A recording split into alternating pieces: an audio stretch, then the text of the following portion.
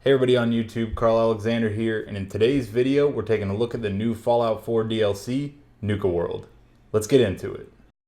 Fallout 4 Nuka-World was released on August 29th, 2016 for PlayStation 4, Xbox One, and Windows PCs. Nuka-World is the sixth and final DLC for Fallout 4. It features a new storyline, new weapons and enemies, and a huge Nuka-Cola themed amusement park to explore.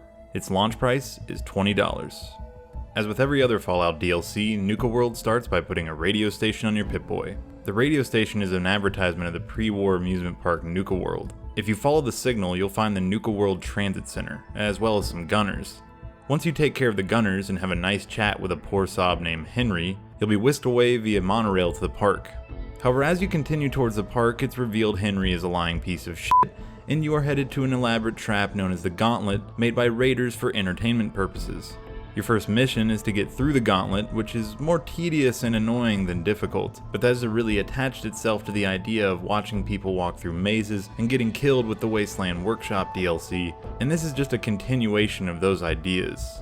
When you manage to complete the Gauntlet, a man named Gage will instruct you on how to kill the leader of the raiders, known as the Overboss. After killing him, you are immediately named his successor, and now control 3 raider gangs who've taken up residence in Nuka-World. Well, that was easy. Seriously, this threw me off.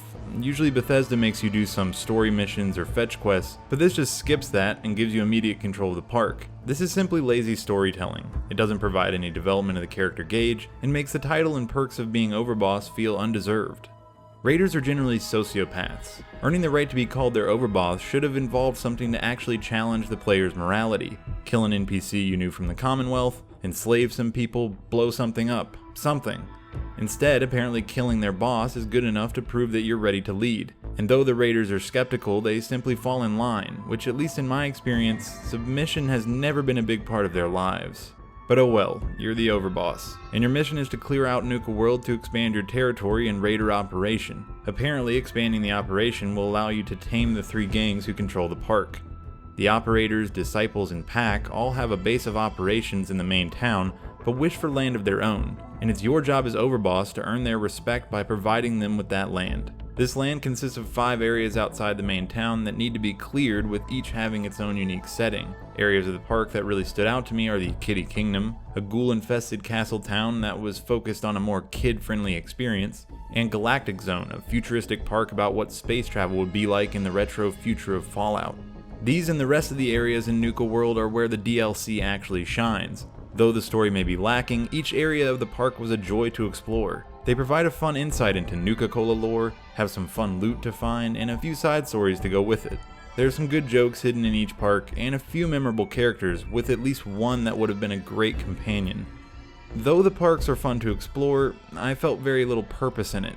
Sure, they're interesting and have some cool gear, but without a story to go along with it, the exploration felt a bit pointless. After clearing out the 5 areas, you can give each of them to a different raider gang. This becomes the main element of tension in the story, as giving more property to certain gangs will upset at least one of the others. I won't go into how it all plays out, but it's not that interesting, and again feels like lazy storytelling. Your choice of who to side with doesn't really matter, and in the end it will only lock you out of a specific perk related to one of the gangs. So after all that, clearing out the park and assigning gang territories, your raider friend Gage will instruct you to return to the Commonwealth to begin taking even more territory. This threw me off. It was an unexpected and honestly an unwelcome requirement to finishing the DLC. Returning to the Commonwealth to take over essentially amounts to the evil version of Minutemen settlement quests. I get that Bethesda loves the settlement building, but with 3 workshop DLCs and an inclusion to every other DLC, it's just ridiculous. Taking over settlements for the raiders doesn't feel any different, and essentially just gives you some new raider-looking objects to make your settlements more evil. This part of the DLC sucks. It lacks creativity and changes almost nothing to the pre-existing settlement mechanics. It may sound harsh, but it feels like a cheap way to stretch out the DLC and force more settlement building into the story. Sadly, the story and progression of Nuka-World is simply forgettable. I'm a big fan of Bethesda Game Studios, but even with my fanboy glasses on, I can't find anything great to say about this narrative. It had a lot of potential, but falls short of the full story-driven DLC I was expecting. As far as difficulty and gameplay goes, starting at exactly level 30 and not having any great weapons, I found Nuka-World to be a big challenge. Dying was a regular part of this DLC. At times it was frustrating as certain enemies just seemed to be way too hard to kill, but most of the time it was providing a good challenge.